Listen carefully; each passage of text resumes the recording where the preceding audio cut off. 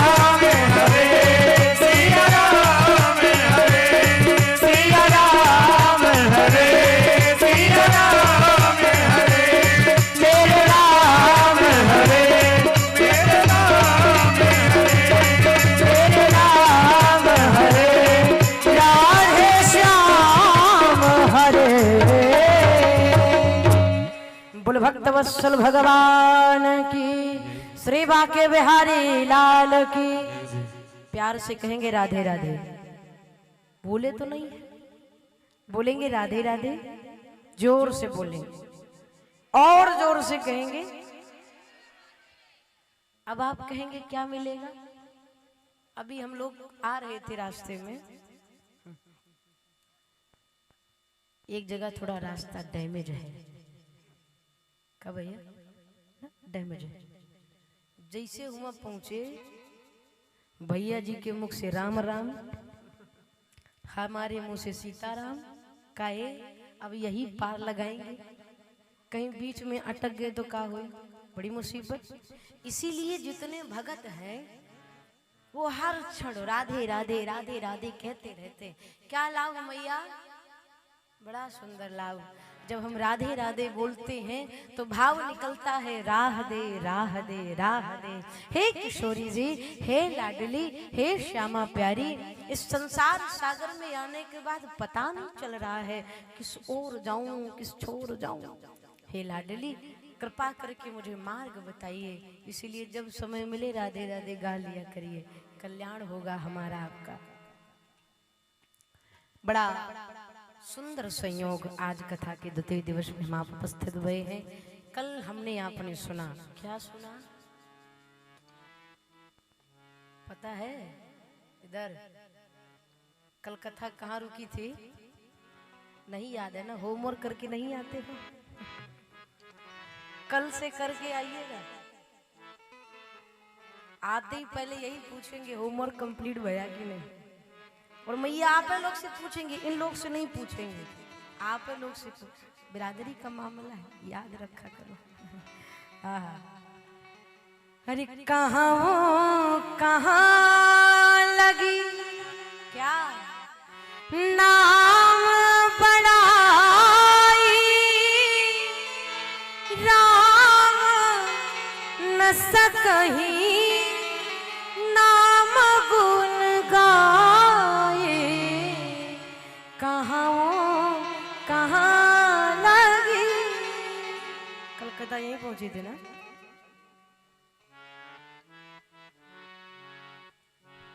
हमने आपने सुना नाम की महिमा। नाम से क्या लाभ?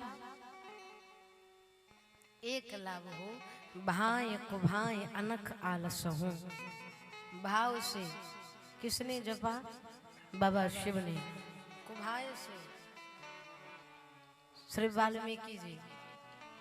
वाल्मीकि के जाप से निकला या परिणाम, श्रद्धा होनी चाहिए मरा कहो या राम।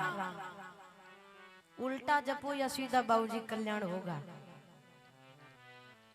जैसे समझिए भगवान का नाम उसी प्रकार से है जैसे कोई अमृत पी ले, चाहे जानबूझकर पीजिए चाहे अनजाने में पीजिए। अगर पी लिए हैं तो अमर हो जाए करेंगे।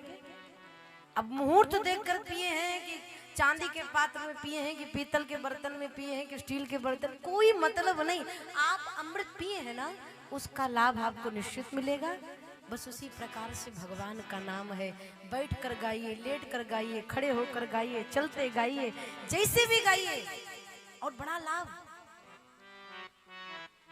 भगवान का नाम गाने के लिए किसी स्थान, किसी विशेष व्यक्ति की आवश्यकता नहीं है। ये नहीं कि 50,000 का साउंड किया जाए, पंडाल लगवाए, देवी जी को बुलाया जाए तब गाया जाए। ना ना, घर में बैठे हो, बिना नहाए, नहाकर, बिना खाए, खाकर, सोकर, जागकर। मंदिर में जाने का एक नियम है, बिना स्नान किए सुंदर वस्त्र पहने आप मंदिर में प्रवेश नहीं कर सकते। लेकिन भगवान का नाम गाने के लिए कोई नियम नहीं है मैया।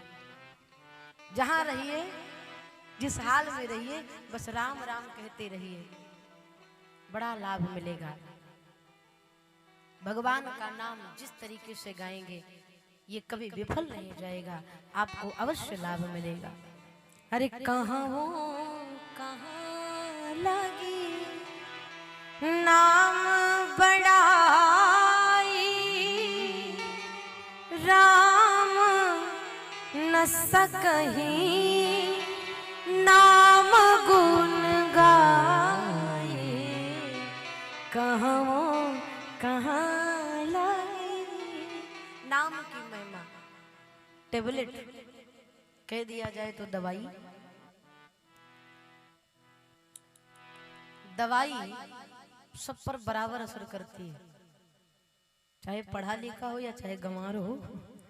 वो नहीं देखती कि ब्राह्मण है इन पर ज्यादा असर करूंगी, ये वैश्य है इन पर कम असर करूंगी, नहीं ना। दवाई सब पर बराबर असर करती है। वह दवाई भगवान का नाम है, सब पर बराबर असर करेगा। कैसे गाइए भैया, गाइए जरूर। मैंने कल भी निवेदन किया था, जिस देश में जिस वेश में प्रवेश में रहो, राधा रमन राधा रमन राधा रमन कहो। प्रहलाद के जीवन में कितना संकट आया, लेकिन क्या राम से विमुख हुए क्या? और जो राम से विमुख नहीं होता, हर परिस्थिति में भगवान को भजता रहता है, उसका कल्याण होना सुनिश्चित है। राम नाम महिमा को बाबा ने गाया। अब ये कथा तीर्थराज प्रयाग चल रही है। तीर्थराज प्रयाग में बड़े सुंदर साधक भय। आज हम आप काशी से निकलकर प्रयाग पहुंच रहे। सोचिए कितना सुंदर सौभाग्य है। बैठे हियां है, यात्रा चारों धाम की कर रहे हैं। कल काशी में थे, आज प्रयाग पहुंच गए। पता नहीं जाने का अवसर कब मिले शरीर से, लेकिन मन की यात्रा तो हो ही जा रही है। आइए प्रयाग का पावन दिव्य दर्शन करें। आज प्रयागराज में श्री याज्ञवल्क्य जी महाराज के साथ भरद्वाज जी का सुंदर संवाद हम आप सुनपान करेंगे। पूज्यपाद गोस्वामी तुलसीदास महाराज कहते हैं, अरे भरद्वाज मुनि बसहि प्रयागा, तिनहि राम पद अति अनुरागा।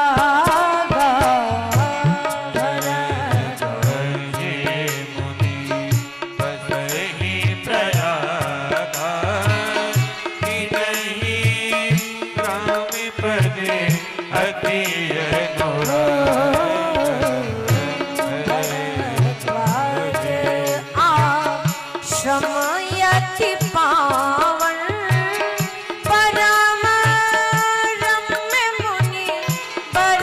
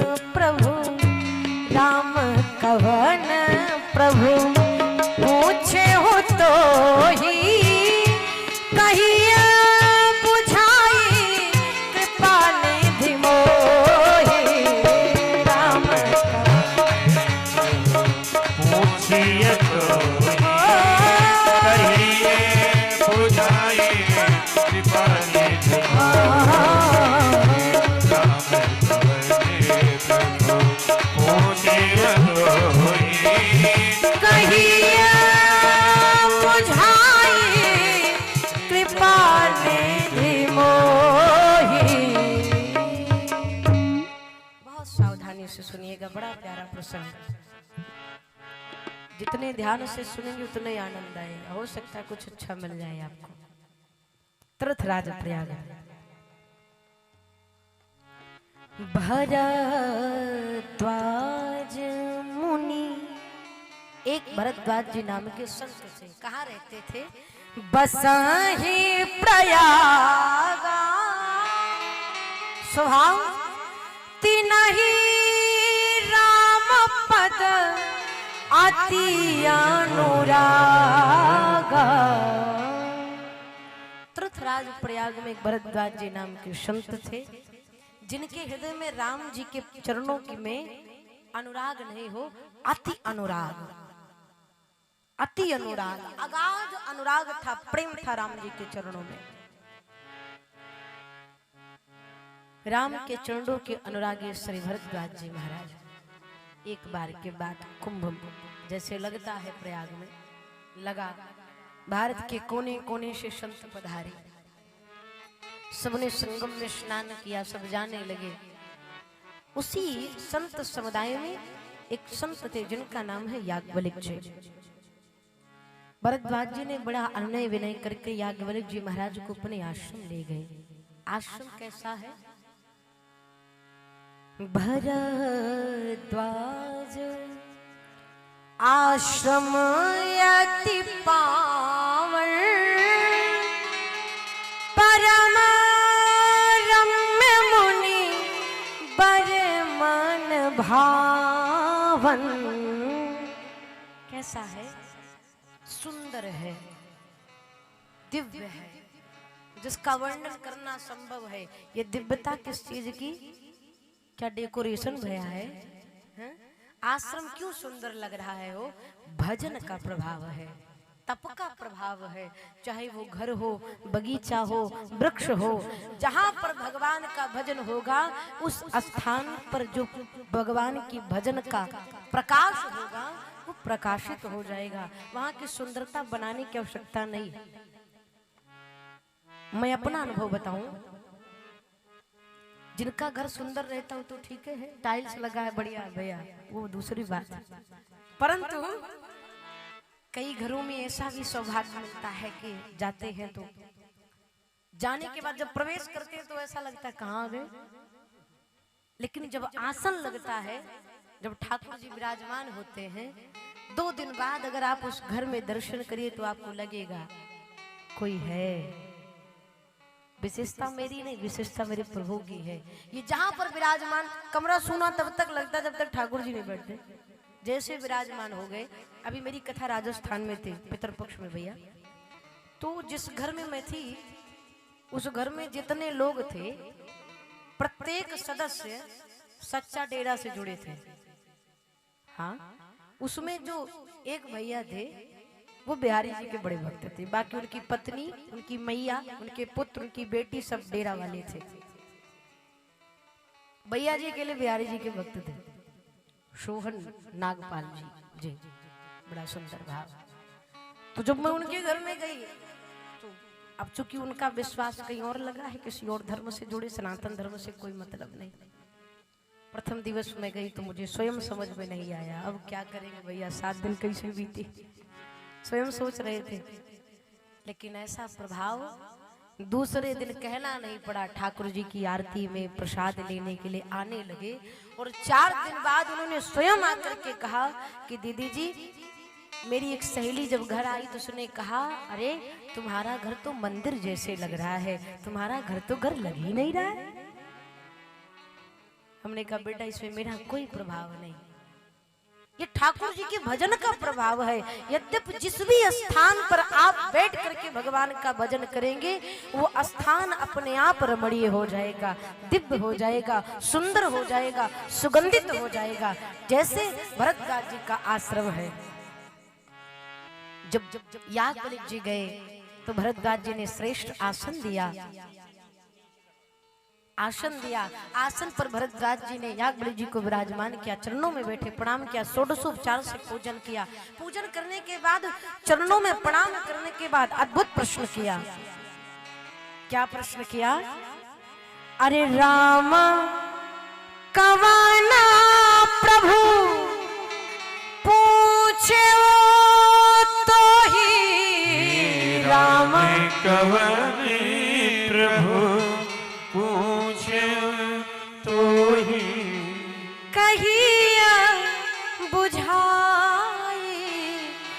कृपा निधि मोहि।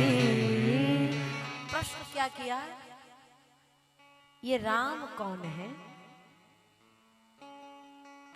आप विचार करिए, जो इतने बड़े संत हैं, राम जी के चरणों में जिसका इतना अनुराग है, वो पूछ रहे हैं राम कौन है? ऐसा क्यों? सबसे साधारण बात, अगर भगवान के बारे में जानना है ना, तो हिया का डिब्बा खाली करके बैठो। क्या समझे? जो यहाँ का डिब्बा है, इसको खाली करके बैठिए। इसमें भरा रहेगा तो कहाँ बैठाओगे? मूढ़ बन करके बैठिए, अज्ञान बन के बैठिए, प्रेमी बनकर बैठिए, तब कथा समझ में आई। ऐसे ना समझ में आई। जो पात्र भरा रहता है उसमें, अच्छा कोई बोतल है, पानी डालोगे तो वो पहले से पानी है उसमें, तो कहाँ जाई हो, निचोए तो गिरी। हाँ, वही स्थिति हमारी आपकी है। अगर इसको भर कर बैठे रहेंगे तो कथा को प्रवेश ना करी। भरद्वाज इतने श्रेष्ठ ज्ञानी थे, इसके बाद भी पूछते हैं राम कवन प्रभु पूछो तो ही, ये राम जी कौन है? और दूसरी पंक्ति में बड़ी सुंदर बात उन्होंने कहा, कहिया बुझाई कृपा निधि मोहि। बुझाना भोजपुरी शब्द है ना, बुझाना मतलब समझाना। कहने के लिए नहीं कहा, बताने के लिए नहीं कहा, समझाने के लिए कहा। क्यों? ये तब तक मुझे समझाएंगे जब तक मैं समझूंगा नहीं, और मैं समझूंगा नहीं तो मुझे समझाते रहेंगे। इसी बहाने राम जी की कथा सुनने को सौभाग्य मिलता रहेगा। इसीलिए पहले कह दिया, कहिया बुझाई कृपा निधि मोहि। अब जरा विचार करिए, भरद्वाज जी का प्रश्न क्या है?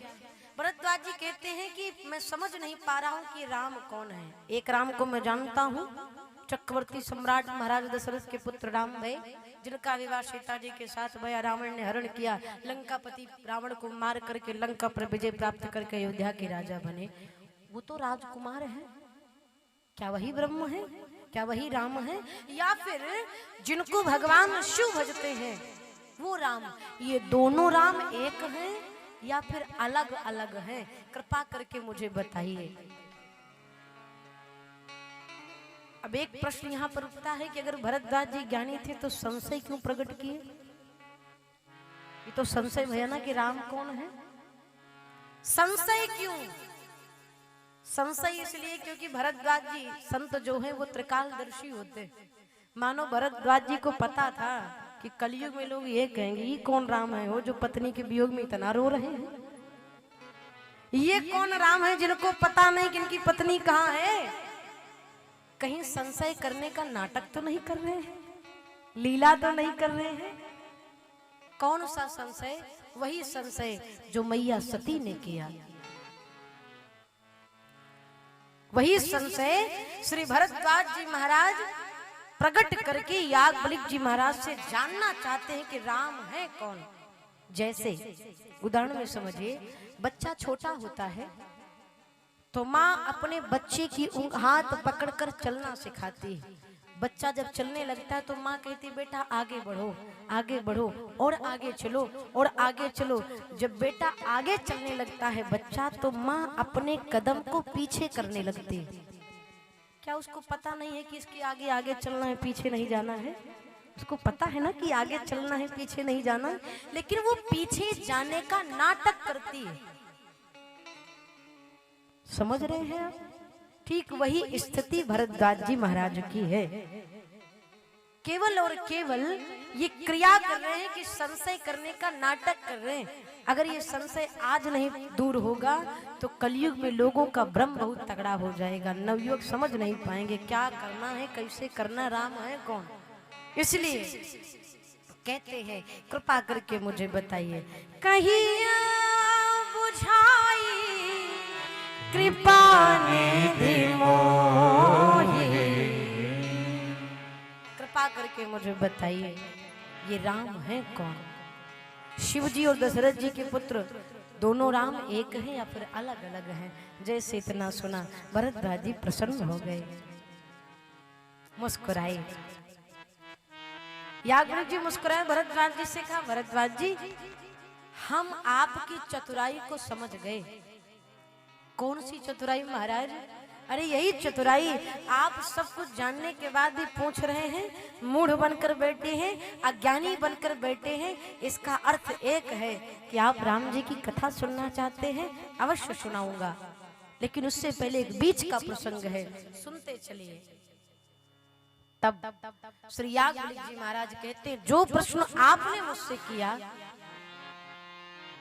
यही प्रश्न एक बार मैया पार्वती ने भगवान शिव से भी किया था। मैं आपको वही बता रहा हूं जो भगवान शिव ने मैया भवानी को बताया था। अब मैं आपको वही बता रहा हूं। याज्ञवल्क्य जी महाराज भरद्वाज जी महाराज से कहते हैं, बहुत प्यारा प्रसंग, प्रेम के साथ श्रद्धा के साथ सुनिए। एक बार त्रेता जुग माहे शंभु गए कुंभज ऋषि पाहे। एक बार की बात त्रेता में भगवान शिव नासिक में दंडकारण्य है और वहीं पर अगस्त ऋषि रहा करते थे। अगस्त ऋषि के यहाँ भगवान शिव कथा सुनने के लिए गए। थोड़ा गंभीरता से समझिए, शिव जी कौन है और अगस्त ऋषि कौन है? भगवान शिव को श्री रामचरितमानस में समुद्र कहा गया है। भगवान शिव को श्री रामचरितमानस में समुद्र कहा गया है। कृपा सिंधु शिव परम अगाधा। भगवान शिव समुद्र के समान है।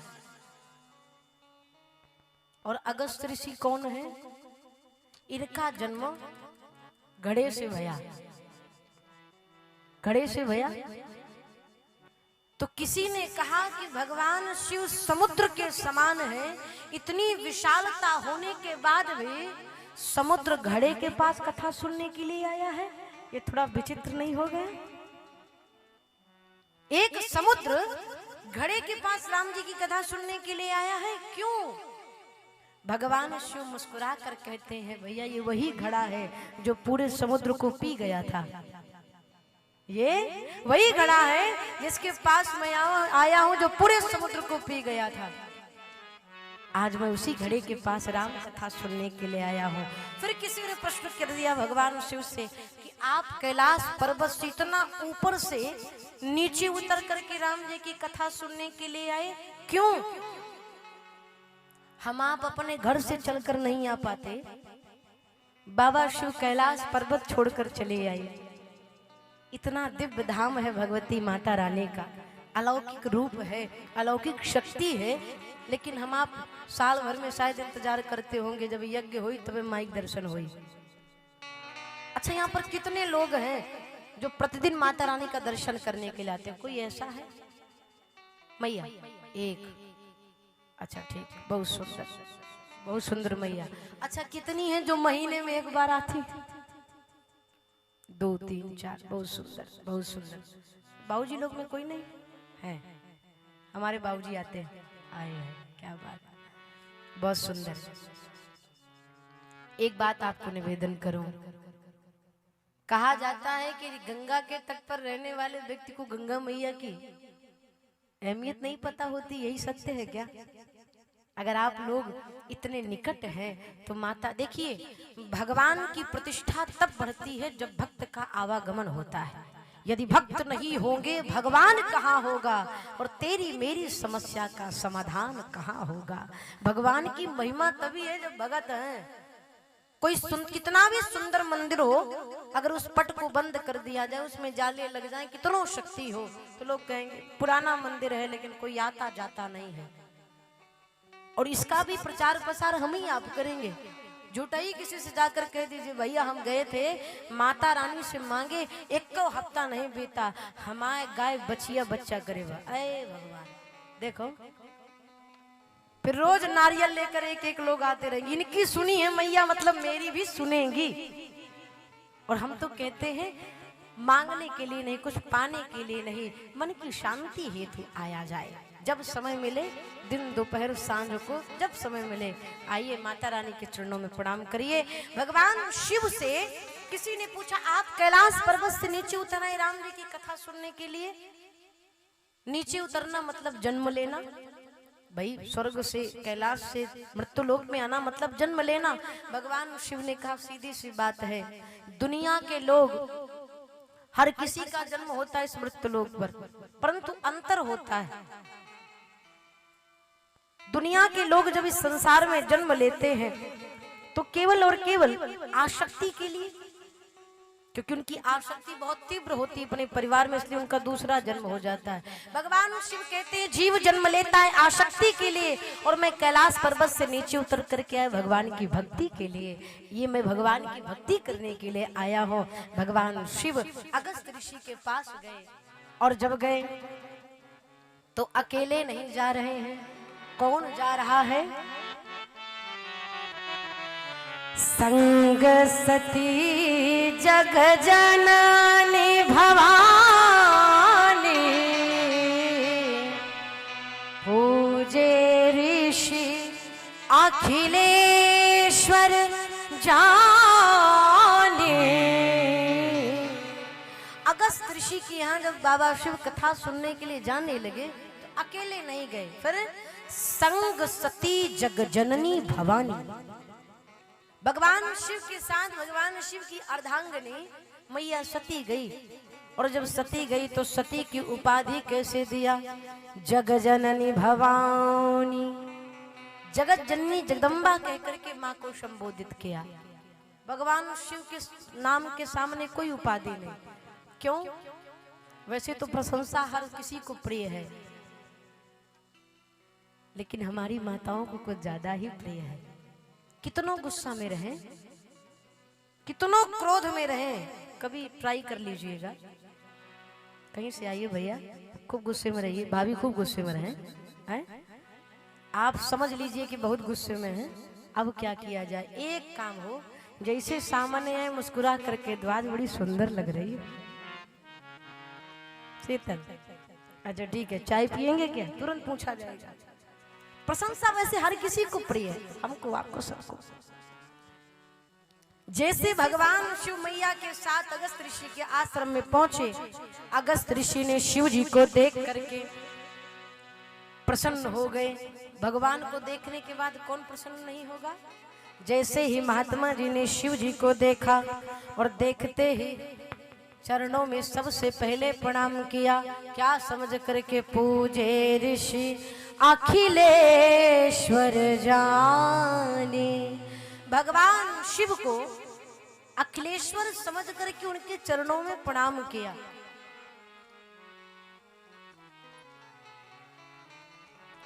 ये प्रत्येक वक्ता का स्वभाव होना चाहिए। श्रोता के भीतर अगर भगवान का दर्शन करेंगे तो भगवान की महिमा का गाने का अलग लाभ होगा, अलग पुण्य मिलेगा। ये समझिए आप नहीं, आपके भीतर परमात्मा बैठा है, साक्षात मेरा ठाकुर बैठकर कथा सुन रहा है।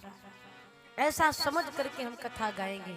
अगस्त्य ऋषि ने कथा गाई, राम कथा मुनि बरज बखानी, परंतु सुनिय महेश परम सुख मानी। अगस्त्य ऋषि जी ने कथा गाई, परंतु केवल और केवल भगवान शिव ने कथा सुनी। सती मैया क्या कर रही थी? उनका टेम्परेचर बढ़ा था। किसका? संशय का। उनको बहुत तगड़ा बुखार पकड़ लिया था। कौन सा संशय? यही संशय कि अगस्त्य जी वक्ता हैं और भगवान शिव और सती मैया श्रोता है। तो स्वभाव से जब श्रोता वक्ता के पास जाए तो श्रोता वक्ता को प्रणाम करे, यही हमारा संस्कार कहता है। लेकिन यहाँ उल्टा हो गया, श्रोता महाराज पीछे हो गए, कथावाचक महाराज प्रणाम करने लगे। मैया सती को लगा ये कौन कथावाचक है, हो हमको देखकर प्रणाम कर रहे हैं। अच्छा इसलिए प्रणाम कर रहे हैं कि इनको ज्ञान अभी कम है, इनको वाता नहीं है, इसीलिए हमको प्रणाम कर रहे हैं। क्या कथा सुनाएंगे? दुनिया यही सोचती है, अगर हम किसी को सम्मान देते हैं, सोचें कि हमसे बड़े आ रहे हैं, कुर्सी पर बैठे, कुर्सी छोड़कर उठ जाएंगे तो लोग कहेंगे डर के मारे उठ गया। लो काहे आप पीएम भए हैं, संस्कार भी तो हो सकता है उस व्यक्ति का, अस्तु विचार किया जाए। भगवान शिव ने केवल कथा सुनी, सती मैया के मन में संशय रहा। कथा सुनने के बाद मुनि संग विदा मांग त्रिपुरारी, फिर चले भवन संग दक्ष कुमारी। कथा सुनी, कथा सुनने के बाद भगवान शिव ने अगस्त ऋषि से आज्ञा मांगी। प्रणाम करके भगवान शिव विमल भक्ति देकर के जाने लगे। तो कैसे जा रहे हैं? चले भवन संग दक्ष कुमारी। जरा ध्यान दीजिएगा, जब मैया सती कथा सुनने के लिए आ रही थी, राम से जुड़ने के लिए आ रही थी, तो गोस्वामी तुलसीदास जी ने उनकी उपाधि दी संग सती जग जननी भवानी। आ रही थी जुड़ने के लिए तो इतना सुंदर उपाधि दे दिया, सुंदर प्रशंसा करी, नाम के आगे बढ़ाते चले गए। लेकिन जब आई और राम से न जुड़ी, न राम जी की कथा से जुड़ी, तो गोस्वामी तुलसीदास जी ने पूरा पद छीन लिया। चले भवन संग दक्ष कुमारी, दक्ष सुधा कहकर के संबोधित किया। क्यों? जो राम का नहीं वो काम का नहीं, जो मेरे राम से नहीं जुड़ पाएगा उसको मेरी डायरी में कोई जगह नहीं है। मैया सती के नाम को ले लिया। अगस्त ऋषि जी कि यहाँ से शिव जी आ रहे थे, इसी दंडकारण्य में राम जी मैया जानकी के वियोग में रुदन कर रहे, एक साधारण मनुष्य की तरह नर लीला कर रहे। मेरे प्रभु सीता जी के वियोग में इतना रो रहे हैं, इतना रो रहे हैं कि आंसू की धारी कपोल पर पड़ गई है। राम जी को दूर से रोते हुए देखा। भगवान शिव पुण्य पुण्य पुलकित कृपा निकेता। शिव जी दूर से खड़े होकर के मंद मंद मुस्कुरा रहे हैं और दूर से देख करके भगवान शिव को देख रहे हैं। वहां पर राम जी रो रहे हैं, इधर भगवान शिव खड़े होकर के मुस्कुरा रहे हैं और हाथ जोड़ करके प्रणाम कर रहे हैं। क्या कहते हैं? पूज्यपाद गोस्वामी तुलसीदास जी महाराज कहते हैं, जय सच्चिदानंद जग पावन, जय सच्चिदानंद, जय सच्चिदानंद, जय सच्चिदानंद जग पावन। अस कही चले व मनोज न सावन, अस कही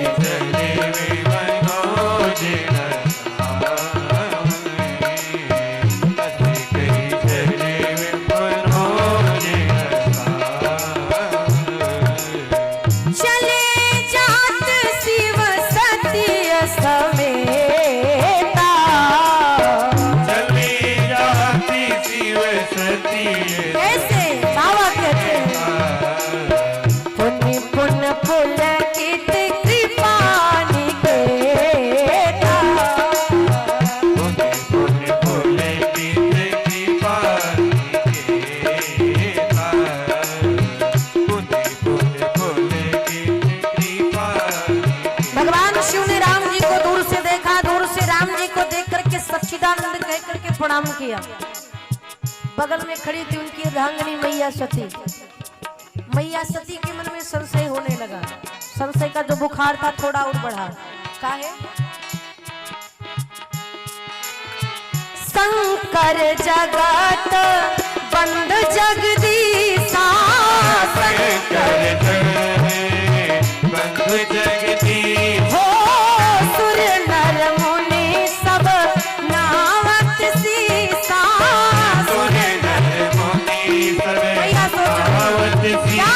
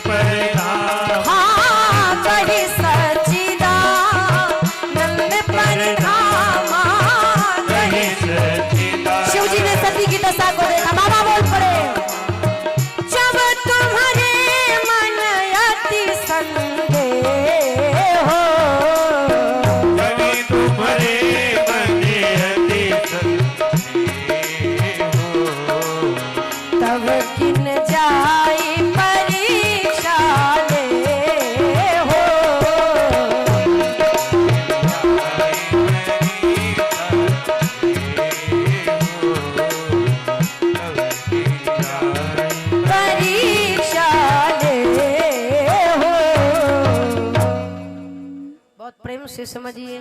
दूर से भगवान शिव ने राम जी को देखा। क्या देखा? सोचे इसी वन में राम जी लीला कर रहे हैं। अरे जिनकी कथा सुन करके कान धन्य भये हैं, अगर दर्शन हो जाए तो कान के साथ साथ अखियों भी धन्य हो जाएगा। इसलिए शिव जी ने दूर से प्रणाम करके कहा, जय सच्चिदानंद जग पावन, अस कही चले वो मनोजन सावन। सच्चिदानंद कह करके प्रणाम किया।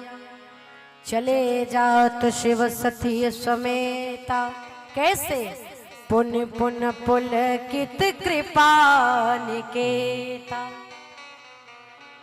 अब यहाँ पर एक विचार करने की बात है। हर कोई जानता है कि भगवान शिव के आराध्य राम जी हैं। हम जिससे प्रेम करें, हम जिससे अगाध प्रेम करते हैं, अगर वो कहीं दूर खड़ा होकर रो रहा होगा तो क्या हम उसको देखकर हंसेंगे? अरे रो नहीं सकते हैं तो मुंह बनाकर तो खड़े ही हो जाएंगे, थोड़ा सा तो दुख होगा ही, उदास हो जाएंगे। अरे कछु नहीं करेंगे तो नाटक करने लगेंगे उसका कि हम बहुत दुखी हैं ना। वो मैं पंक्ति कहती हूँ ना, अपने दुख में रोने वाले मुस्कुराना सीख ले, दूसरों के दर्द में आंसू बहाना सीख ले। जो खिलाने में मजा है आप खाने में नहीं, फिर किसी की जिंदगी में काम आना सीख ले, दूसरों के दर्द में आंसू बहाना सीख ले। ये मानवता है, ये इंसानियत है, यही कथा शिक्षा देती है। लेकिन राम जी को रोता हुआ देख करके शिव जी की स्थिति पुण्य पुण्य पुलकित कृपा निकेता, प्रसन्नता से भरे पड़े हैं बाबा शिव। ऐसा क्यों? ऐसा क्यों? भगत दो प्रकार के होते हो, भक्त दो प्रकार के होते हैं, बहुत गंभीरता से समझिएगा। भगवान शिव ये जानते हैं कि राम जी लीला कर रहे हैं, इनकी ना तो पत्नी गुम भई है, ना ही कोई इनको दुख है। जैसे गंगा के तट पर जब राम जी ने श्रृंगेरपुर पहुंचे तो निषाद जी जब राम जी को देखे, राम जी कुशा की चटाई पर हाथ का तकिया लगाकर सोए हैं, तो निषाद राजगुरु को बड़ा दर्द हुआ, बहुत तकलीफ हुई। उन्होंने कहा बताओ, कैकेयी मैया को तनिक भी संकोच नहीं लगा? अरे पुष्प के समान सुकोमल राघव को वन दे दिया। कितनी पीड़ा है इनके जीवन में, कितना कष्ट है इनके जीवन में। लक्ष्मण जी बगल खड़े थे। लक्ष्मण जी ने सोचा घर में कितनी भी शत्रुता बैर क्यों ना चले, लेकिन कोई बाहर का व्यक्ति हमारे घर के लोगों के बारे में कुछ कहे तो उसे मौन होकर सुनना नहीं चाहिए, उस पर बोलना अवश्य चाहिए। भैया घर में खूब विवाद हो लेकिन दूसरे को बोलने का अवसर मत दीजिए। लक्ष्मण जी तुरंत गए निषाद जी के पास, बोले निषाद जी आपने अभी भी क्या कहा? भैया को बड़ा कष्ट है, बहुत दुख है। अरे तनिक विचार करिए, जो दुखी रहता उसको नींद आती है? कहो, जो टेंशन में रहेगा वो सो पाएगा? सोने के पहले उसको गोली लेनी पड़ेगी, एक आटू खाएगा तब नींद आएगी। कह देगा हमको नींद नहीं आती, नींद की दवा खानी पड़ती है। आपको भैया चिंतित दिखाई दे रहे हैं, देखो कितने मस्त होकर सो रहे हैं। जो चिंता में होता है उसे नींद नहीं आती।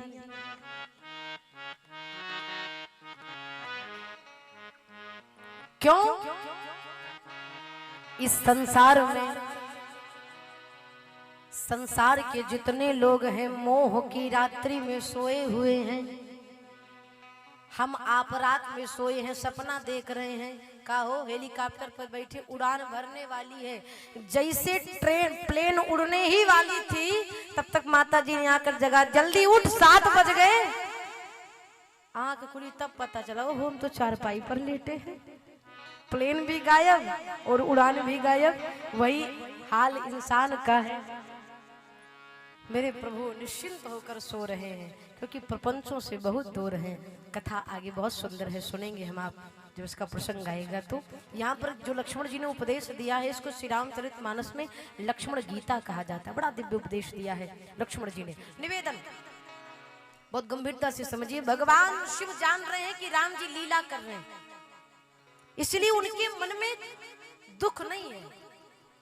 अब भाई कोई अमीर व्यक्ति मंच पर किरदार कर रहा हो, कोई अमीर व्यक्ति करोड़पति हो और वो मंच पर खड़े होकर भिखारी का रोल करे, भगवान के नाम पर दे दो, 10 दिन से भूखा हूं, आप एकदम काला टाइट करके कहिए चलो चलो मैं तुम्हें वड़ा पाव खिलाता हूं, बुद्धिमानी है? वो तो किरदार कर रहा है करोड़पति, लेकिन एक भिक्षुक का किरदार कर रहा है। शिव जी जानते हैं कि ये केवल और केवल किरदार कर रहे हैं, बाकी वास्तव में ऐसा कुछ है नहीं। पर्दे के पीछे जाएंगे तो पूछा जाएगा भाई क्या हाल चाल, बड़ा सुंदर आपका किरदार था, बड़ा सुंदर आपने अपना किरदार निभाया। भगवान शिव, देखिए मैं निवेदन कर रही थी, भगत 2 प्रकार के होते हैं। भगत 2 प्रकार के होते हैं। एक जो भगवान की लीला को देख करके जिनका मन बदल जाता है वो भक्त नहीं होते, वो भावुक होते हैं। और दूसरे भगवान कोई भी लीला करें, लेकिन भगवान की लीला को देखने के बाद आपकी आस्था में, चाहे वो संसारिक लीला हो चाहे अपने जीवन की लीला हो, हमारे जीवन में भी कष्ट दे तो हमारा भगवान के प्रति मन न बदले, जो ऐसा किरदार करता वही सच्चा भगत होता है। आज दुख भया तो कह दीजिए भगवान ने हमें दुख दे दिया, अरे दिया तो दिया, जिसने दिया है वही लेंगे, हमारे आपकी बस की बात तो है नहीं। निष्ठा होनी चाहिए। भगवान का भक्त कैसा होना चाहिए? चातक की तरह भैया, चातक की तरह।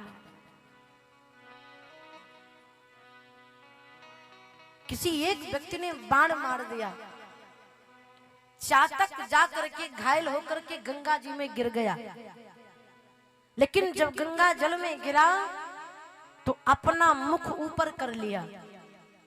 किसी ने कहा बड़े मूर्ख हो तुम, दुनिया के लोग कहते हैं मेरे मुख में गंगा जल हो जब आखिरी वो पल हो, मेरे मुख में तुलसी दल हो तब प्राण तन से निकले।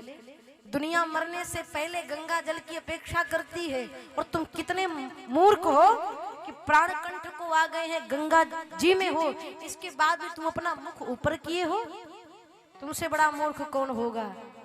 चातक मुस्कुरा कर कहता है भैया ये गंगा मैया है, ब्रह्म स्वरूपा है, इनको मैं बार बार प्रणाम करता हूँ, लेकिन मेरी आसक्ति गंगा जल से नहीं है, मेरी आसक्ति तो स्वाति के नक्षत्र से पड़ने वाली उस बूंद से है, जिसकी अपेक्षा मैं सदैव करता रहता हूँ।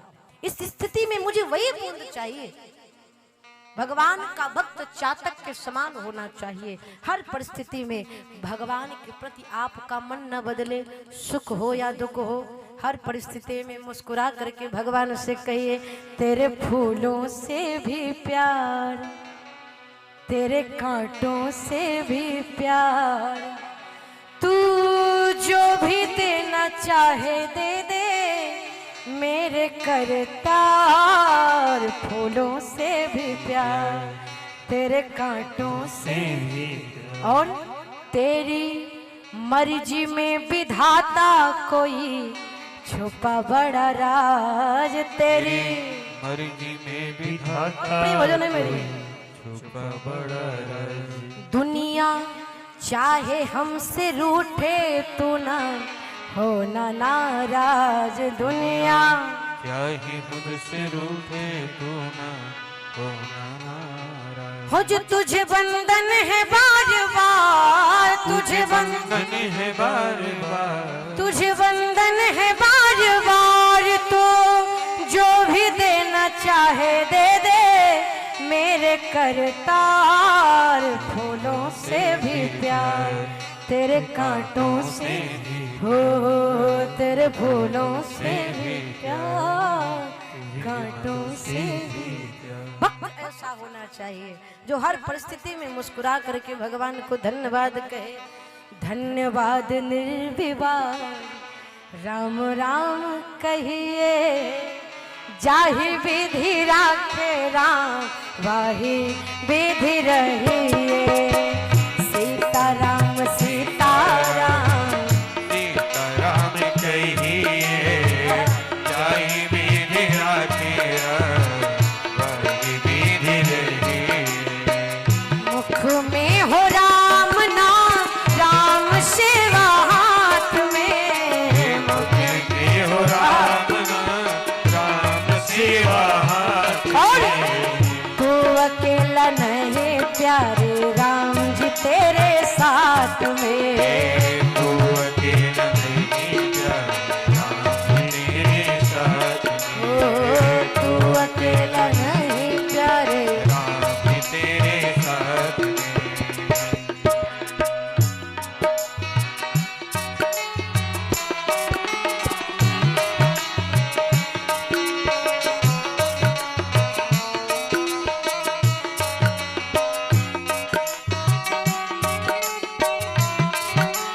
रहो।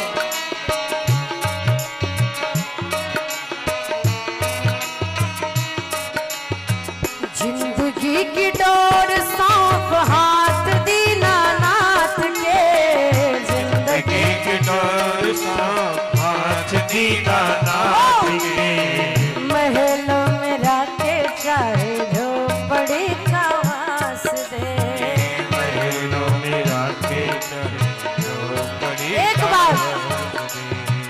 धन्यवाद निर्विवाद राम राम कहिए। धन्यवाद निर्विवाद राम राम कहिए। धन्यवाद निर्विवाद राम राम कहिए। जाहि विधि राखे राम वाहे विधि रहे। सीताराम सीताराम सीताराम कहिए, जाहि विधि राखे राम वही विधि रहिए। सीताराम सीताराम सीताराम कहिए, जाहि विधि राखे राम वही विधि रहिए। जाहि विधि राखे राम वही विधि रहिए। जाहि विधि राखे राम वही विधि रहिए।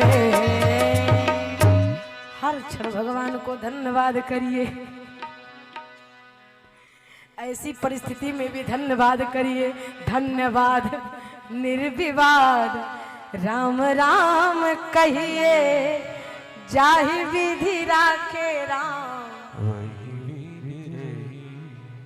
आहा, भक्त कैसा हो, हर हाल में भगवान के प्रति प्रसन्नता बरते, अभाव दुख का ना प्रकट करे, वही भगत है।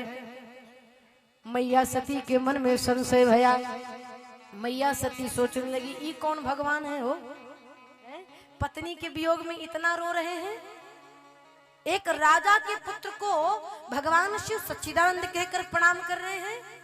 मैया सती के मन का संशय देख करके भगवान शिव ने मैया सती को समझाते हुए कहा, देवी संशय ना करो, तुम्हें पता है अभी अभी जिनकी कथा तुम सुन करके आ रही हो, कथा में सुनी नहीं कि राम जी सीता जी के वियोग में रो रहे थे। जो सुना था ना उसी को लाइव देख रही हो, बस इतना ही अंतर है। मैया को देखने पर विश्वास कब होता, जब सुनी होती। सुनी है नहीं तो देखने पर विश्वास कहां से होगा। भगवान शिव ने कहा, देवी संशय मत करो, सोई मम इष्ट देव रघुवीरा, ये मेरे इष्ट हैं, मेरे आराध्य हैं राम, प्रणाम करो। लेकिन मैया सती ना, शिव जी ने मैया सती की दशा को देखा, देख करके बोले, देवी जब तुम्हारे मन अति संदेह हो, अगर आपके मन में बहुत संदेह है तो एक काम करिए, क्या तब किन जाई परीक्षा ले हो। अगर आपके मन में संशय है तो जाइए, जाकर के परीक्षा ले लीजिए। हमें लगता है कि एक बार यहाँ पर सती मैया को सावधानी बरतनी चाहिए थी कि अगर भगवान शिव परीक्षा लेने के लिए कह रहे हैं तो निश्चित ही ये भगवान राम ही होंगे। लेकिन भैया जब विपत्ति समीप आ जाती है तो मति की गति बदल जाती है, अपने आप मार्ग बदल लेती है मति। अगर समय खराब है तो और परमात्मा की माया जिसको पकड़ लेना, फिर कितनों प्रयास करे वो बचने वाला नहीं है। मैया सती ने जैसे भगवान शिव के मुख से ये शब्द सुना, मैया चली पड़ी। चलिए सती शिव आयस पाई, चलिए सती शिव जी के आयस पाई, परंतु करहि विचार, अब करऊं का भाव। मैया सती सोचने लगी अब क्या करूं, कैसे करूं, सोच रहे हैं। भगवान शिव मैया सती को विदा किए, बटवृक्ष के नीचे बैठ गए, सोचने लगे। सती गई है, अब क्या होगा, राम जी के साथ कैसे करेंगी, कैसे परीक्षा लेंगी, क्या करेंगी, क्या बुद्धि प्रधानता दिखाएंगी कि हृदय प्रधानता दिखाएंगी, कैसे करेंगी परीक्षा। देखिए इस संसार में दो प्रकार के व्यक्ति हैं, एक हृदय प्रधान है, एक बुद्धि प्रधान है। जो हृदय प्रधान भगत होते हैं उनको जो कह दिया जाता है एक के बार में मान लेते हैं, लेकिन जो बुद्धि प्रधान होते अपना दिमाग बहुत लगाते हैं, करते वही है, बाद में जैसे कहीं जाने की जरूरत नहीं है। व्यवहारिक जीवन में आप कमरे में है भैया, कमरे में एक के बोर्ड में दो स्विच है, एक पंखा का एक लाइट का है। लाइट वाला स्विच जैसे दबाओगे वैसे लाइट बंद हो जाएगी, लेकिन जब पंखे की स्विच दबाओगी तो बंद करने के लिए बंद करते होते होते 10-12 राउंड घूम लेता है, बिना घूमे बंद नहीं होता, बंद होगा लेकिन घूम करके। वही स्थिति जीव की है। जो बुद्धि प्रधान होते हैं जब तक एक आध दो बार तर्क नहीं कर लेंगे तब तक उनको शांति मिलने वाली नहीं है। हमें लगता है भगत हृदय प्रधान होना चाहिए, तार्किक व्यक्ति ठीक नहीं।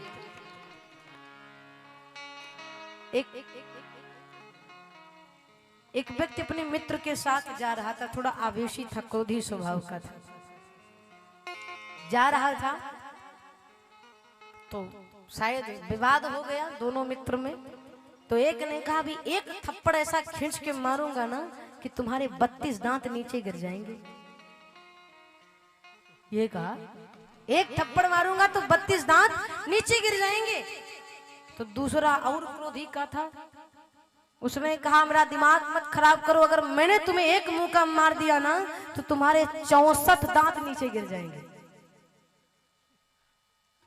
अब तो तीसरा व्यक्ति वहां पर खड़ा था, उसने कहा तुम मूर्ख हो गया है, अरे तनिक दिमाग ठिकाने करके बोला करो, मुख में केवल 32 दांत होता है, 64 दांत होता ही नहीं, तुम गिराओगे कहां से।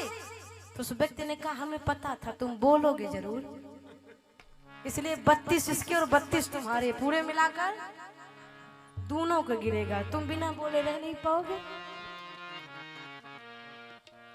कोई कहे गरुड़ जी महाराज को और मच्छर को कहे कि जाकर देख करके आओ कि आसमान का और छोर कहां पर है। गरुड़ जी महाराज भगवान के वाहन और मच्छर, कोई समानता नहीं, कोई मेले नहीं है वो, हाँ? लेकिन मच्छर जाएगा, गरुड़ जी मच्छर जी साथ में निकलेंगे, कुछ देर मच्छर घूमेगा, सोचेगा, थोड़ी देर दौड़ेगा एक आध कोई गांव, जब समझ में नहीं गया थक कर आकर कहेगा भैया देखो हमको कहीं पता वता नहीं चला, आकाश का कहीं और छोर मिला ही नहीं, तो क्या करूं मैं। मच्छर तो हार कर बैठ गए और आकर जवाब दे दिया।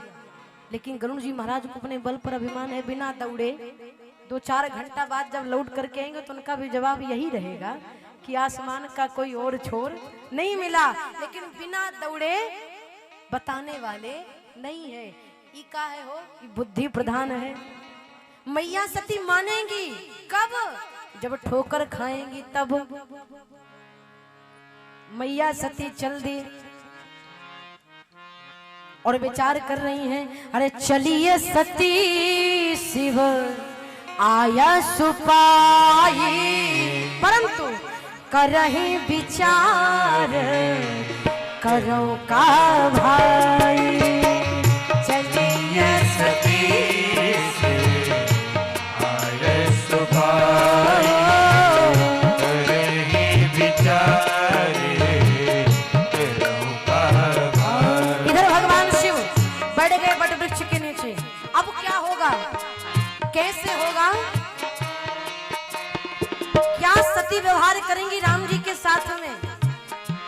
जब बहुत देर सोचे शिव जी, कछु समझ में नहीं आया, तो एक बात कही। एक बात भगवान शिव ने अपने लिए नहीं, हम सब के लिए कहा है। मैया, जब जहां पर बुद्धि काम ना करने लगे, अब क्या होगा, कैसे होगा, क्या किया जाएगा, कैसे किया जाए, तो एक चौपाई याद कर लीजिए। मन को शांत करते हुए एक ही चौपाई कहिए। अब होई है सोई जो राम रच राखा, होई है सोई जो राम रच राखा, होई है सोई जो प्रसन्न होकर के फिर को करी तर्क बढ़ावा है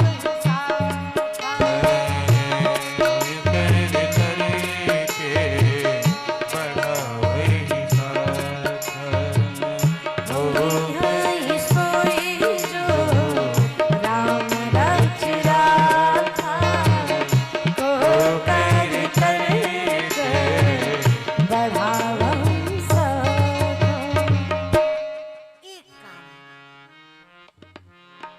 जहाँ ना समझ में आवे मन को समझा दीजिए और कह दीजिए, अरे थक भी गया हूँ अपनी अक्ल लड़ा के। प्रभु से ज्यादा सोचोगे ब्रेन हैमेज हो जाएगा। क्या मतलब, थक भी गया हूँ अपनी अक्ल लड़ा के। प्रभु सुन लीजिए, अब संभालो हो, अब संभालो, अब बजाओ। भक्त कहता है, थक भी गया हो अपनी अक्ल लड़ा के, अब संभालो हो, अब संभालो, अब संभालो अपना इंतजाम। हो मेरे अलवे राम, तेरी मर्जी का मैं हूँ गुलाम, हो तेरे अलबेला, तेरी मर्जी का मैं हूँ गुलाम, हो तेरे अलबेला। अलबेले राम मेरे अलबेले श्याम, अलबेले राम मेरे अलबेले श्याम, अलबेले राम मेरे अलबेले श्याम। मर्जी का हो, तेरी मर्जी का, तेरी मर्जी का मैं हूँ गुलाम। हो मेरे अलबेले राम, तेरी मर्जी का मैं हूँ गुलाम, हो तेरे अलबेला, तेरी मर्जी का मैं हूँ गुलाम, हो तेरे अलबेला। काली की सेवा जाए हो। जिसको जिसको ये लगता है कि मेरा आपकी कृपा से सब काम हो रहा है, करते हो मेरे राघव बस मेरा नाम हो रहा है, लगता है कि परमात्मा ही करने वाले। दोनों हाथ खोलो, भाव से ताली की सेवा। श्री राधे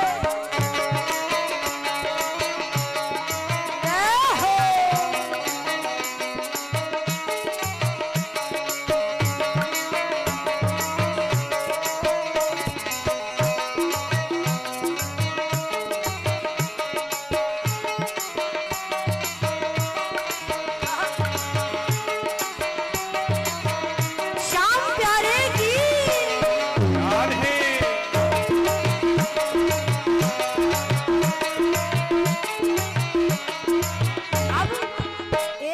रास्ता बचा है, केवल एक मार्ग बचा है खुश होने का।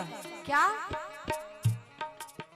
तेरी रजा में अब कर ली है राजी, तेरी रजा में अब कर ली है राजी, तेरी रजा में प्यारे कर ली है राजी, तेरी रजा में अब कर ली है राजी, तेरी रजा में अब कर ली है राजी, तेरी रजा में अब। और पूर्ण समर्पित होकर एक कहिए, मुझे दे दो ओ मुझे दे दो, मुझे दे दो सजाया ना, अपने चरणों में दे दो विराम, ओ मेरे अलवे राम। तेरी मर्जी का मैं हूँ खुदाई, ओ मेरे अलवे राम, तेरी मर्जी का मैं हूँ खुदाई, ओ मेरे अलवे राम, मेरे अलवे राम, ओ मेरे अलवे राम, ओ मेरे अलवे राम, ओ मेरे अलवे राम। ओ मेरे अलवे राम। मुझे दे दो सजाया ना, सो की सीधी एक बात, अब संभालो अपना इंतजाम, हो मेरे अलवेले राम। शिव जी भी यही सोचते हैं, होई है सोई जो राम रचि राखा। तो क्या किया जाए? बैठकर भजन किया जाए, जो होगा देखा जाएगा। इधर मैया चली करही विचार करूं का भाई, बहुत देर विचार किया। विचार करने के बाद माँ को एक कौतुक सूझा, एक मार्ग दिखा। क्या? इनकी पत्नी नहीं है, गुम हो गई है। एक काम किया जाए, सीता का रूप धारण कर लिया जाए। पुनि पुनि हृदय विचार करी, फिर धरि सीता कर रूप, आगे होई चल पंथ ही, जही आवत नर भूप। मैया सती ने सीता मैया का रूप बनाया और राम जी के अगवा अगवा चलने लगी। राम जी आगे थे, लक्ष्मण जी पीछे थे, लेकिन बाबा कहते हैं लक्ष्मण दीख उमाकृत भेषा। राम जी से पहले लक्ष्मण जी देख लिए। क्या देखा? ये तो सती मैया है। लक्ष्मण दीख उमाकृत भेषा, नकली भाभी घूम रही है। इसका मतलब कोई लीला होने वाली। प्रणाम किया, किनारे हो गए, बोले नहीं। राम जी से पहले लक्ष्मण जी क्यों देखे? क्योंकि राम जी है ज्ञान और लक्ष्मण जी है वैराग्य। वैराग्य की दृष्टि बहुत तेज होती है। कितनों छुप छुपा कर काम करिए, आप उनकी नजर से बचने वाले नहीं है। कई लोग सोचते हैं ऐसे बगल में तमाकू बनाएंगे, खा लेंगे, किसी को पता ना चली। हमको नहीं दिखेगा, इनको तो दिखेगा। लक्ष्मण दीख उमाकृत भेषा। लक्ष्मण जी प्रणाम के किनारे हो गए। राम जी ने सती मैया को देखा, जोरी पान प्रभु की न प्रणामो, फिर पिता समेत लीना निज नाम। राम जी ने दूर से मैया सती को देखकर प्रणाम किया। तब तो मैया सती को समझ ही जाना चाहिए था, हमको प्रणाम कर रहे हैं मतलब हमको पहचान गए। क्यों? अगर नहीं पहचानते तो मैं इनकी पत्नी का रूप बनाई हूं, तो एक समझदार पति अपनी पत्नी को प्रणाम नहीं करता। ये हमको प्रणाम कर रहे हैं मतलब हमारा भेद जान गए हैं। लेकिन इसके बाद भी मैया सती हिली नहीं, सीता जी के रूप में विराजमान रहे। और यहाँ पर दूसरी पंक्ति में कहते हैं, पिता समेत लीना निज नाम। यहाँ पर संतों का भाव है कि राम जी कहते हैं, मैं दशरथ नंदन पुत्र राम आपके चरणों में प्रणाम करता हूँ। राम जी ऐसे प्रणाम कर लेते, दशरथ जी का नाम काहे लिए? क्या जरूरत थी उनको अपने पिताजी का नाम लेने के लिए? राम जी ने कहा उत्तर देते हुए कि ये हमारी परीक्षा लेने के लिए आई हैं, और जब परीक्षा में क्लास में कोई व्यक्ति बैठता है तो सबसे पहले अपने नाम के साथ साथ अपने माता पिता का भी नाम लिखता है, अपना परिचय अच्छे तरीके से देता है। ये परीक्षा लेने के लिए आई है तो मैं पूरा परिचय दूंगा, आधा नहीं दूंगा, इसलिए पिता समेत लीना निज नाम। राम जी ने प्रणाम किया। मैया सती सोचने लगी ई का हो रहा है, फिर भी मैया सती नहीं मानी। तब बाबा कहते हैं अरे कहे वो बहोरी कौन, कहाँ वृष के तो आप विपिन अकेले फिर के। राम जी ने कहा कहे वो बहोरी, बहोरी माने फिर से। राम जी ने फिर से कहा भगवान शिव कहाँ है? देवी जी आप इतने भयानक जंगल में अकेले घूम रही हैं। अरे सीता जी को थोड़ी देर तक छोड़ा क्या गया, रावण लेकर चला गया। मैया आप बचिएगा, कहीं कोई आपको भी ना किडनैप कर ले, इसलिए सावधानी। बाबा कहाँ है? जैसे इतना सुना अरे सीताराम, मैया सती को लगा ये तो ब्रह्म है, ये तो जान गए कि मैं शिव जी की अर्धांगिनी हूं।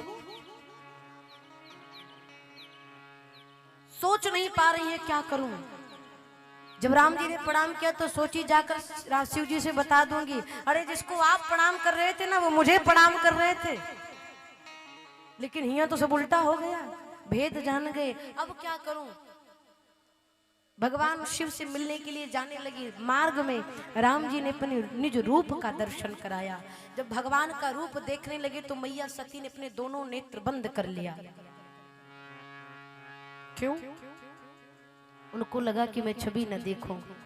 सावधान मेरे बंधु, कथा संकेत कर रही है, अगर हमने अपराध किया है तो कितनों नेत्र बंद करेंगे, उस अपराध से छुट्टी मिलने वाली नहीं है।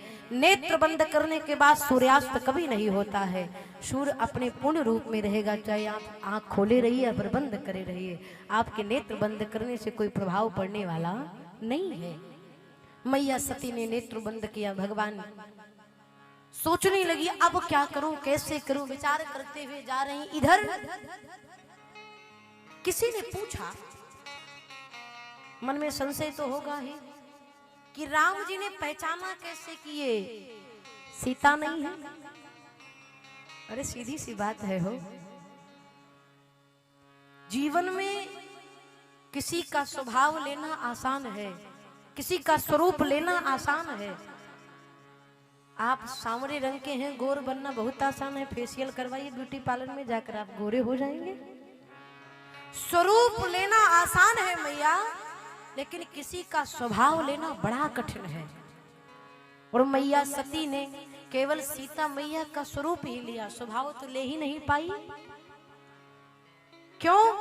क्योंकि सीता जी राम जी के पीछे चलती थी और सती मैया अगवा अगवा चली। यहीं से पता चल गया ये सीता जी नकली है, असली वाली नहीं है।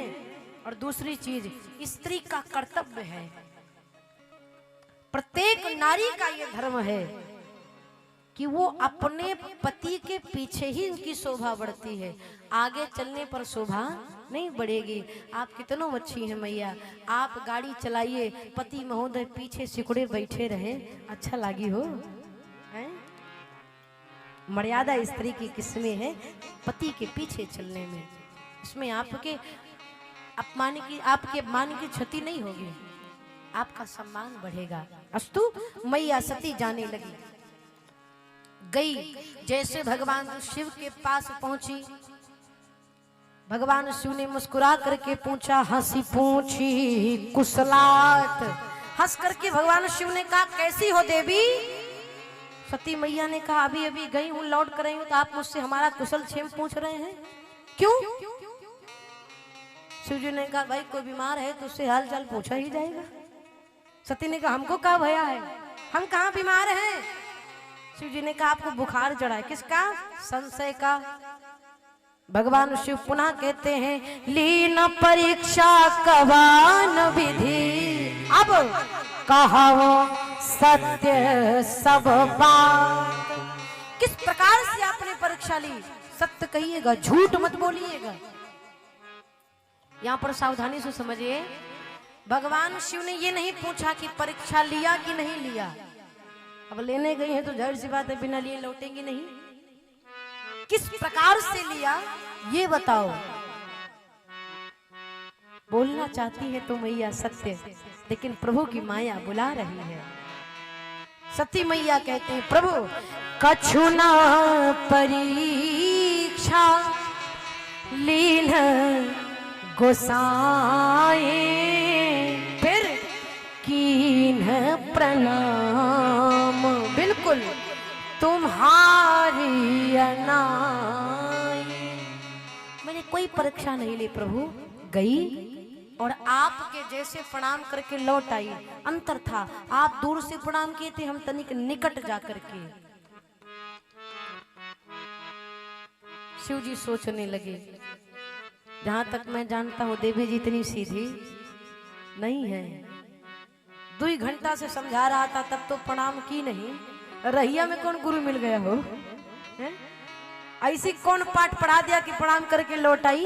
अरे तब शंकर देखो धारी ध्यान, तभी शंकर देखो धरि ध्यान। क्या सतीय जो कीन्हा चरित सब जान। क्या सती कीन्ह सीता कर, फिर शिव और भया विषाद। भगवान शिव ने जब ध्यान लगाकर देखा तो सती मैया सीता मैया का रूप बनाई है। देखिए, क्रोध नहीं आया, विषाद भया, दुख भया। भगवान शिव किसी पर क्रोध नहीं करते। भगवान शिव सोचने लगे, क्यों क्रोध नहीं कर रहे हैं? क्योंकि जानते हैं ये प्रभु की माया है, इसमें सती का तनिक भी दोष नहीं है। ये सब मायापति की माया है, इनकी तनिक भी गलती नहीं, इसलिए क्रोध नहीं भया, विषाद भया, दुख भया। क्या किया जाए? धर्म और कर्म को किसको चुना जाए? माँ का रूप बना ली है सती, अब क्या करूं? भगवान शिव ने मन ही मन में यह तन सती भेंट मोहिना है, शिव संकल्प कीन मनवाहे। भगवान शिव ने मन में संकल्प लेते हुए कहा, आज के बाद सती के साथ इस शरीर से मेरा मेल नहीं है। ध्यान से सुनिए, शिव संकल्प कीन मन में किया, चिल्लाए नहीं। कहे संकल्प मन में ही किया जाता है। जो संकल्प बहुत बता कर किया जाता है उसको पूर्ण होने में तनिक संशय हो जाता है, इसलिए संकल्प को मन में रखिए, मन में ही करके रखिए, पूर्ण होगा, अवश्य पूर्ण होगा। भगवान शिव ने मन में संकल्प करके मैया सती का त्याग कर दिया। अच्छा, देवता भी बड़े कौतुकी। शिव जी ने संकल्प कर लिया, सती मैया को पता नहीं चला, लेकिन जब सती जी के साथ जाने लगे तो आकाशवाणी हुई। भगवान धैर्य की परीक्षा लेते हैं, सदैव भक्त की सदैव परीक्षा लेते हैं, देखें ये सफल हो पाता है कि नहीं हो पाता है। संकल्प भया, भगवान शिव को देवता साधुवाद देते, महादेव आपका संकल्प अद्वितीय है, आपने इतना श्रेष्ठ संकल्प किया, आपके जैसा भगत कोई नहीं भया। भगवान शिव मने मन में सोचते, इसको कहना जरूरी है? गृहस्थी में आग लग जाएगी, क्या कहने की आवश्यकता। भगवान शिव मौन धारण कर लिए, गए कैलाश पर्वत पर 87,000 वर्ष तक मौन रहे। जीवन का एक सूत्र हमेशा याद रखिएगा, बोलना जितना आसान है चुप रहना उतना कठिन है। और जिसको मौन होना आ गया, भैया भाभी को क्या देख रहे हो, बोलना जितना आसान है चुप रहना उतना ही कठिन है। मौन श्रेष्ठ लक्षण, मौन से बड़ा कोई श्रेष्ठ साधन नहीं है। अगर हम किसी से परिवार में जिसको हम बहुत प्रेम करते हैं या फिर जो हमें बहुत प्रेम करता है, परस्पर प्रेम का संबंध अधिक है मैया। कोई अपराध हो जाए तो उसे डांटा ना जाए, फटकारा ना जाए, बोला ना जाए, क्या किया जाए, मौन हो जाया जाए, चुप हो जाइए। आप उससे बात नहीं करेंगे तो आपका मौन ही उसको अंदर अंदर खा जाएगा। बात क्यों नहीं कर रहे? शिव जी ने क्या किया? मौन धारण कर लिया। और ये भी सत्य है, अगर घर की गृहस्थी को चलाना है तो चुप रहने का जो हुनर है वो हर व्यक्ति को आना चाहिए। मौका पाते चुप हो जाइए। भगवान शिव मौन हुए। 87,000 वर्ष बाद राम नाम शिव सुमेरन, जाने वो सती जगत। इधर भगवान शिव उठते ही सबसे पहले राम नाम का उच्चारण किया।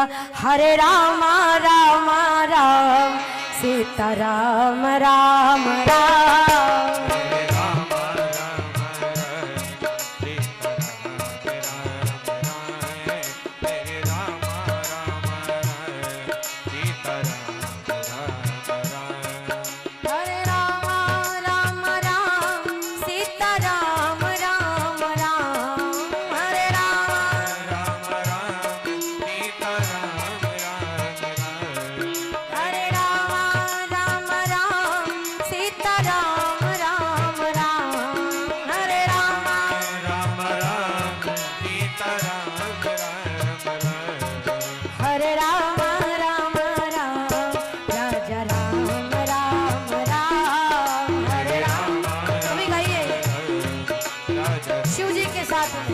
भगवान के नाम का आनंद से कीर्तन। जय हो। हरे राम राम राम सीता राम राम राम। हरे राम राम राम सीता राम राम राम। हरे राम राम राम सीता राम राम राम। हरे राम राम राम सीता राम राम राम। हरे राम राम राम सीता राम राम राम।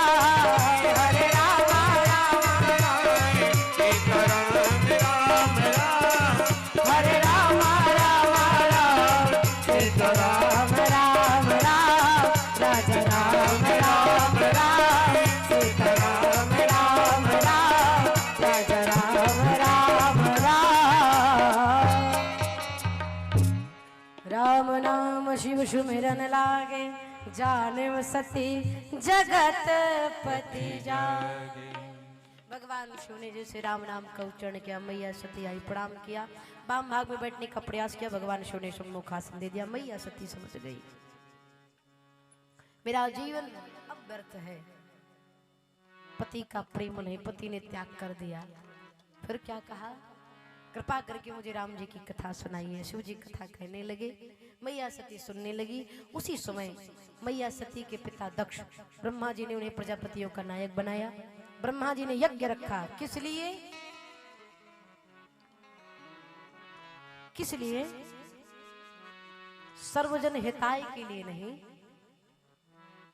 कल्याण के लिए नहीं,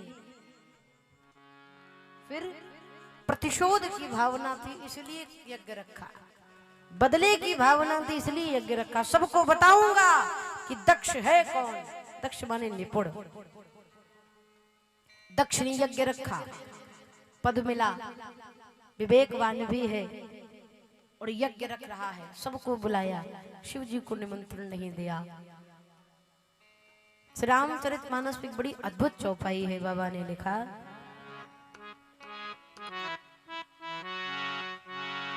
जिस चौपाई की विशेषता ये है मेरे प्यारे कि चौपाई का पहला शब्द भी नहीं है और आखिरी शब्द भी नहीं है।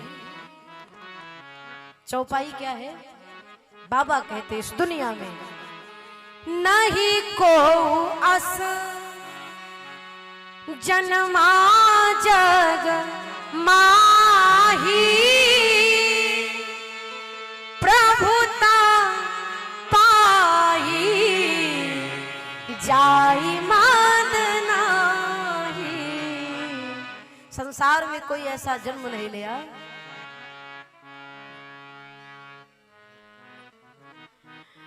जिसको पद मिलने के बाद अभिमान न होए।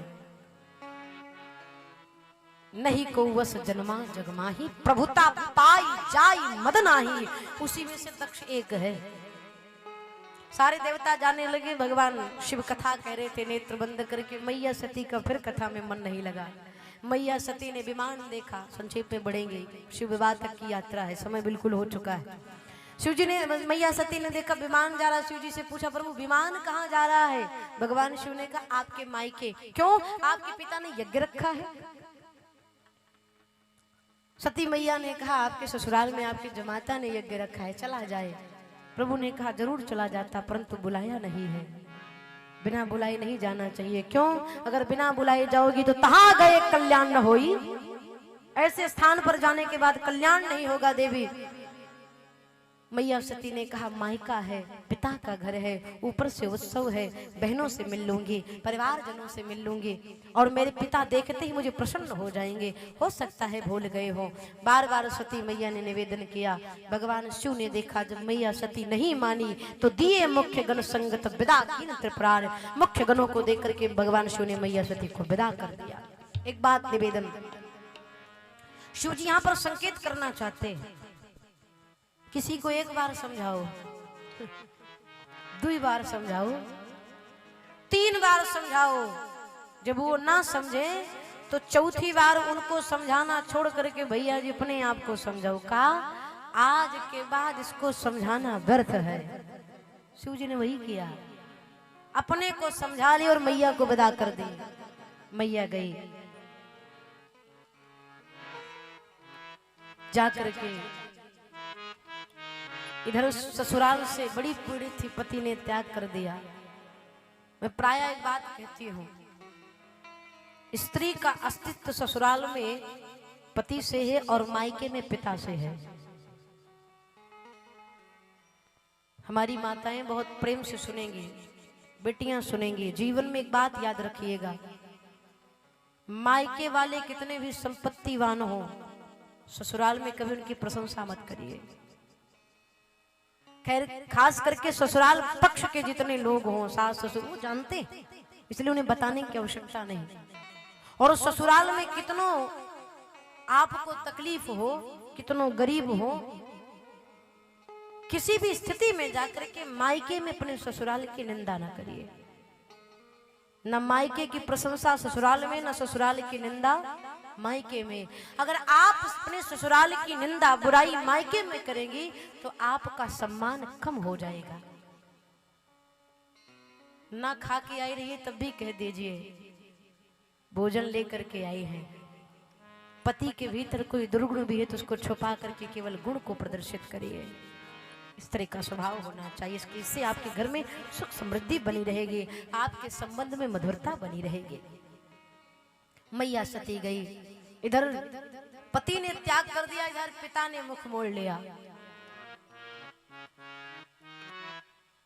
मैया सती जब नगर में प्रवेश की तो दक्ष ने सबको त्रास किया है, कोई सती शिव आए तो कोई बात नहीं करेगा। नगरवासियों ने देख करके मुख फेर लिया। बहनें इतराती हुई मुस्कुराती हुई मिल रही हैं। अरे सती, तुमको पिताजी ने नहीं बुलाया फिर भी तुम चली आई? अरे तुम्हारी जगह पे मैं होती तो कदापि नहीं आती। तुम्हें लाज नहीं आती, बिना बुलाए चली आई? मैया सती के हृदय पर मानो किसी ने दुख का पहाड़ डाल दिया हो। मैंने क्या सोचा और ये क्या हो गया। लेकिन मेरे भैया, दुनिया मुख मोड़े तो मोड़े, लेकिन जैसे मैया प्रसूति ने सती मैया को देखा, मेरी पुत्री आ रही है, दौड़ कर जाकर मैया प्रसूति ने सती मैया को गले लगा लिया, हृदय से लगा लिया। मैया सती अपने ससुराल के पक्ष में कुछ कह तो नहीं सकती, लेकिन जैसे माँ के हृदय से लगी, मैया सती के नेत्रों से अश्रु की धारा बह पड़ी। मुख से तो कुछ बोल नहीं पा रही है, लेकिन आंख के आंसू उनके सारे दर्द को बयां कर रहे हैं। मानो कहना चाहती है, माँ आपकी बेटी बहुत दुखी है।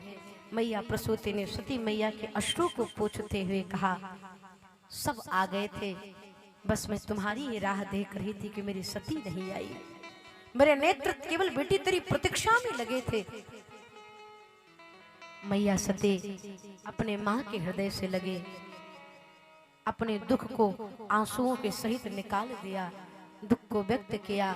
कहा मां जाऊं यज्ञ मंडप में जाकर पिताश्री को प्रणाम कर लो। मैया सती बड़ी उम्मीदों के साथ अपने पिता से मिलने के लिए यज्ञ मंडप में गई। जाकर देखा पिता के चरणों में प्रणाम करने से पूर्व देखा कतहु नदी को संभ होकर भागा, कहीं भी भगवान शिव का स्थान नहीं देखा। मैया सती के शरीर में क्रोध की अग्नि प्रकट हो गई। क्रोध की अग्नि में मैया सती जलने लगी। एक श्रेष्ठ स्त्री वही है, एक श्रेष्ठ नारी वही है।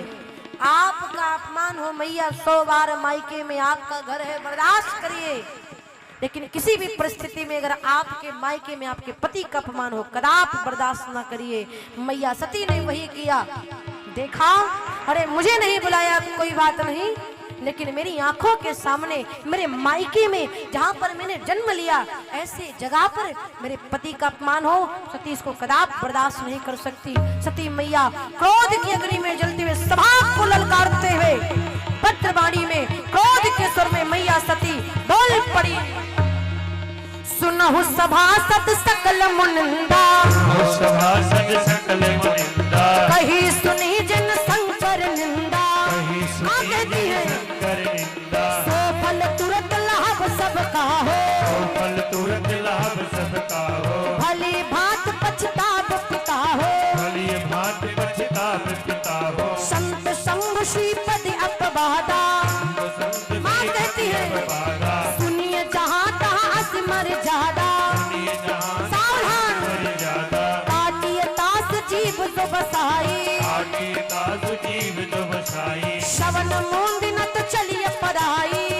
माँ कहती सभा में बैठे जितने लोग हैं ध्यान से सुनो, जितने भगवान शंकर की निंदा को कहा अथवा सुना है, हो सके तो निंदा करने वाले की जीवा काट कर फेंक दीजिए। नहीं कर सकते हैं तो कान बंद करके वहां से चले जाइए। आप सब चुपचाप बैठ करके निंदा करते रहो, सुनते रहे, इसी क्षण सबको फल दूंगी। मैया सभा को ललकारते हुए सती मैया बोल पड़ी। जगदात्मा महेश पुजारी, जगदात्मा महेश पुरारी, जगत जनक सबके हितकारी, जगत जनक सबके हितकारी। पिता मंद मत निंदक तेहि, दक्ष को कहा मत निंदक तेहि, दक्ष सुख संभव यह देहि, संभव यह देहि। तजी हम तुरंत देह नहीं है तू। माँ कहती है तुरंत देहि नहीं है तो, और धर चंद्रमाल विष के तो। और घर चंद्रमौल वृक्ष। मैया सती सभा को ललकारते हुए कहती सभा में जितने लोग बैठे चाहे मेरा पिता ही क्यों ना हो, जिसने शिव जी की अपमान किया निंदा के उसको फल मिलेगा। मैया सती शिव जी का ध्यान करते हुए दाहिने पैर की अंगुष्ठी से योग अग्नि को प्रकट किया। बाबा कहते हैं अस कहिया किया कि न तनु जारा, असी कहियो कि अजीने तनु जारा।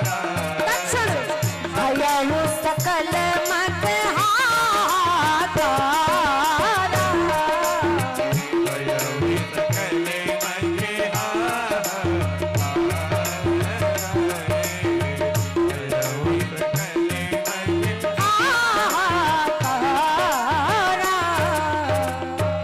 मैया सती योग अग्नि को प्रकट करके अपने शरीर को जलाकर भस्म करती हैं। इधर भगवान शिव के जितने गण आए थे सबने यज्ञ को विध्वंस करने लगा। नारद जी ने बताया भगवान शिव को। भगवान शिव ने जटा उखाड़ कर जब जमीन पर पटकी, वीरभद्र उत्पन्न हुआ। वीरभद्र आए, दक्ष के सर को काट करके हवन कुंड में डाल दिया। जितने देवता थे, ऋषि मुनि थे, सबको दंड दिया। इधर भगवान शिव आए, सारे देवता स्तुति करने लगे। भगवान शिव से प्रार्थना करते हैं कि हे महादेव कृपा करिए, हे नाथ कृपा करिए। सब भगवान शिव से विनती करते, प्रार्थना करते हैं। आइए भगवान शिव के चरणों में छोटी सी हाजिरी, पुनः संक्षेप में शिव विवाह की चर्चा को कहकर वाणी को विश्राम दिया जाएगा। आइए प्रेम के साथ, भाव के साथ भगवान शिव की सब वंदना करते हैं। सारे देवता मिलकर के एक बार भाव से जयकारा लगाएंगे। बोल शंकर भगवान की, देवता कहते हैं है धन्य तेरी माया जग में, ओ दुनिया के रखवाले, शिव शंकर डमरू वाले, शिव शंकर भोले भाले। जिसको जिसको लगता है कि बाबा की कृपा बरस रही है, एक से आइए प्रेम के साथ ताली की सेवा देते हमारे साथ कहेंगे है धन्य तेरी माया जग में, ओ दुनिया के रखवाले, शिव शंकर डमरू वाले, शिव शंकर भोले भाले। शिव शंकर डमरू वाले, शिव शंकर भोले भाले, शिव शंकर डमरू वाले, शिव शंकर भोले भाले। है धन्य तेरी माया जग में, ओ दुनिया के रखवाले, शिव शंकर डमरू वाले, शिव शंकर भोले भाले। शिव शंकर डमरू वाले, शिव शंकर भोले भाले, शिव शंकर डमरू वाले, शिव शंकर भोले भाले।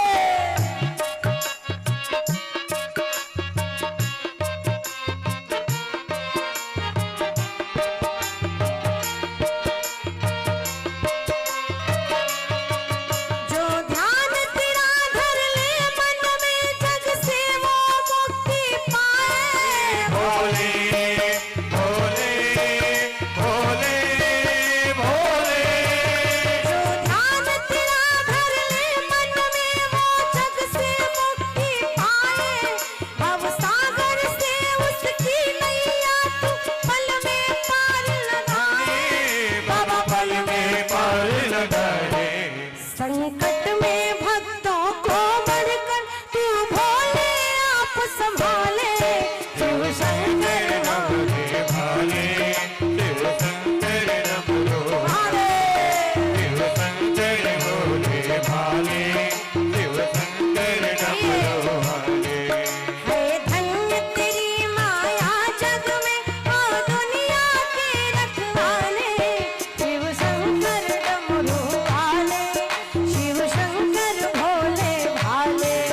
शिव शंकर डमरू वाले, शिव शंकर भोले भाले, शिव शंकर डमरू वाले, शिव शंकर ताली की सेवा देते महाराज।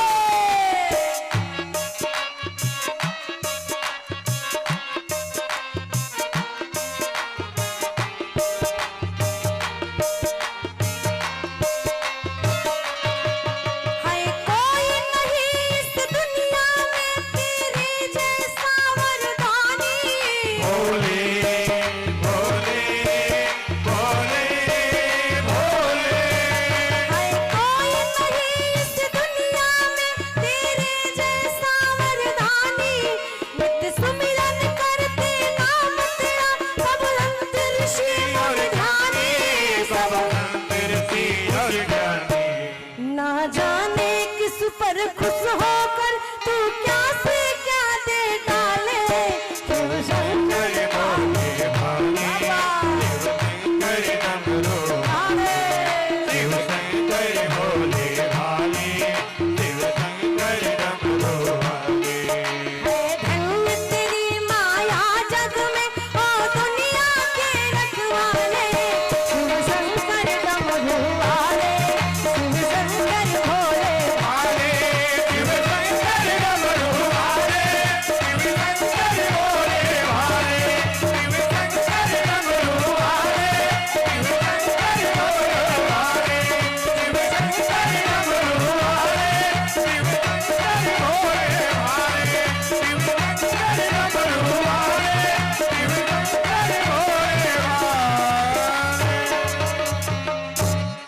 है धन्य तेरी माया जग में, ओ दुनिया के रखवाले, शिव शंकर डमरू वाले, शिव शंकर भोले भाले। भगवान शिव ने कृपा करी, दक्ष के शरीर में बकरे का सर लगाया और मैया सती का दूसरा जन्म राजा हिमांचल के यहाँ हुआ, जिनकी पत्नी का नाम मैनावती। मैं माने नहीं, मैं माने अभिमान ना माने नहीं, जिसके मन में अभिमान नहीं है। ऐसे मैनावती के गर्भ से मैया पार्वती का जन्म हुआ। नारद जी ने आकर के विचारा। राजा हिमांचल ने कहा महाराज कृपा करके बताइए कि मेरी पुत्री के भीतर दोष क्या है। नारद जी ने कहा आपकी बेटी का नाम उमा अंबिका भवानी होगा। आपकी बेटी के नाम से आपके त्रिलोक में आपके नाम का यश फैलेगा। हिमांचल जी ने कहा मैंने दोष पूछा है, गुण नहीं। हिमांचल जी की बात सुनकर के मैं नारद जी कहते हैं महाराज आपकी बेटी के भीतर दोष तनिक भी नहीं। किसमें है? जो इसका दुल्हा होगा उसके भीतर दोष है। अच्छा कैसा होगा?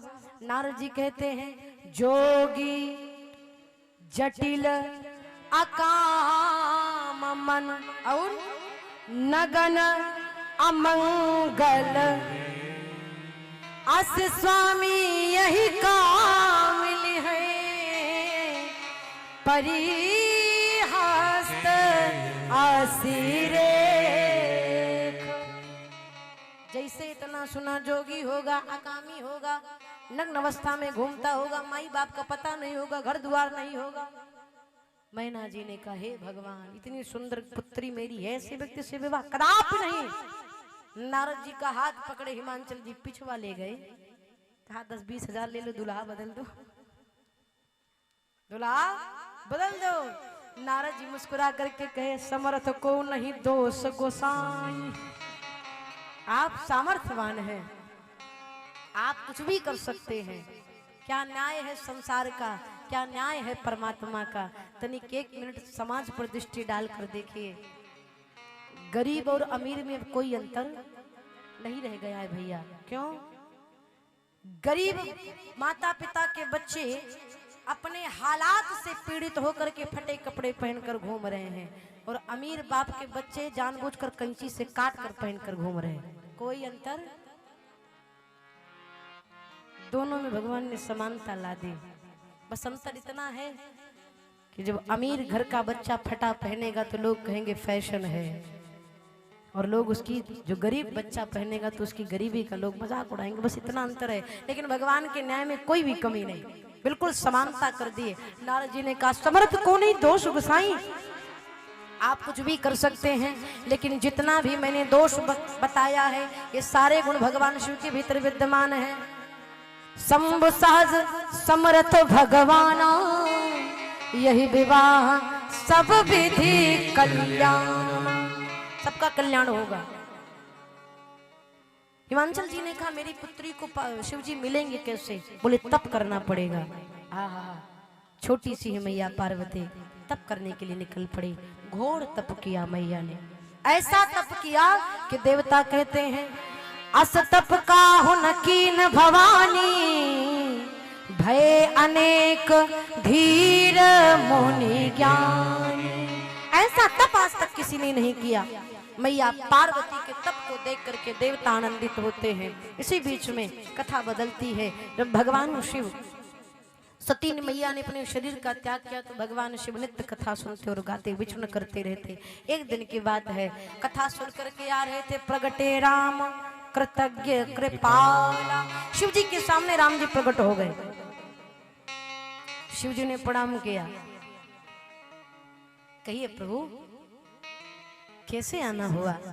राम जी ने कहा कहां से? बोले कथा सुन करके। अच्छा आज्ञा करिए नाथ। शिव जी को देख करके राम जी कहते हैं अब बिनती मम सुनाओ शिव जो मो पर निज ने जाई विवाह शैल जय यह मोही मांगे दे। राम जी कहते हैं शिव जी अगर आप मुझ पर प्रेम करते हैं तो एक वचन दीजिए, आप राजा हिमांचल की पुत्री पार्वती से विवाह करेंगे। शिव जी ने कहा प्रेम तो हम आपसे आगाज करते हैं, प्रेम की अगर बात नहीं भी करते तब भी हम आपके वचन को नहीं टालते। क्यों? मातु पिता गुरु प्रभु कयवानी सदैव बिना विचारे चरणी शुभ जान। आज्ञा सिर पर नाथ तुम्हारी, क्यों तुम सब भांति परम हितकर। हे प्रभु, माता पिता गुरु और भगवान की बातों पर विचार नहीं करना चाहिए, जो कह दिया वही सत्य है, कर डालिए। आपकी आज्ञा सिरोधार है नाथ। राम जी को प्रणाम किया, राम जी अंतर ध्यान भये। इसी बीच में तारकासुर नाम का दैत्य भया, जो ब्रह्मा जी से वरदान मांगा कि भगवान शिव के शुक्र से उत्पन्न हुए पुत्र के हाथों से मेरी मृत्यु हो। क्यों? क्योंकि जानता था शिव जी ब्याह नहीं करेंगे, अब विवाह होने वाला नहीं है, इसलिए मेरा राज्य चलेगा। तारकासुर का आतंक फैल गया। इधर भगवान शिव समाधि में बैठे हैं, जगाए कौन? सारे देवता एकत्रित भये। इंद्र से कहा जाओ। इंद्र ने कहा मुझे अपनी कुर्सी से और अपने आप से बहुत प्रेम है, मैं कदापि नहीं जाऊंगा। किसको चयन किया? कामदेव को। कामदेव से कहा जाओ एक लोग की समाधि भंग करनी। किसकी? 1 मिनट नहीं लगेगा। ब्रह्मा जी ने कहा कोई साधारण व्यक्ति नहीं है, भगवान शिव है, पीछे हट गए। कामदेव ने कहा मुझसे नहीं होगा। क्यों? जो जाएगा वो मारा जाएगा। ब्रह्मा जी ने कहा नहीं जाओगे तो तारकासुर मार देगा। तो कामदेव ने सोचा समस्त देवताओं के हित के लिए कामदेव चला है। सुंदर रूप धारण करके, सुंदर पीताम्बर धारण करके कामदेव आया। आम के पल्लव के पीछे छिपकर बैठ गया। आम का ही पल्लव क्यों? समझिएगा, काम जब किसी पर प्रहार करता है तो बिना किसी के आड़े में आकर नहीं करता, वो किसी का सहारा लेता जरूर है। किसी पर प्रहार करने से पहले किसी का ओट लेता जरूर है। और आपको बताऊं, कामदेव जिसका सहारा लेगा वो आम ही होगा, कोई खास नहीं हो सकता। हाँ, जब तक काम नहीं है तब तक वो आम ही है, लेकिन जब कामदेव का प्रहार हो जाता है तो आम भी खास बन जाता है। कब? जब काम का प्रवेश हो जाता है तब। कामदेव छिपा आम के पल्लव के पीछे, 5 पुष्पों का बार संधान किया, शिव जी के हृदय पर मारा। हृदय में राम जी बैठे। शिव जी ने नेत्र खोला, ऊपर देखा, नीचे देखा, दाएं देखा, बाएं देखा, नहीं दिखा। बाबा कहते हैं तब शिवती शरणायन घारा। तब शिवती सरे, तब शिवती सरे, तब शिवती सरे नयन हो। तक्षण बाबा कहते हैं छुपवत काम भया जरि छारा। छुपवत काम भया जरि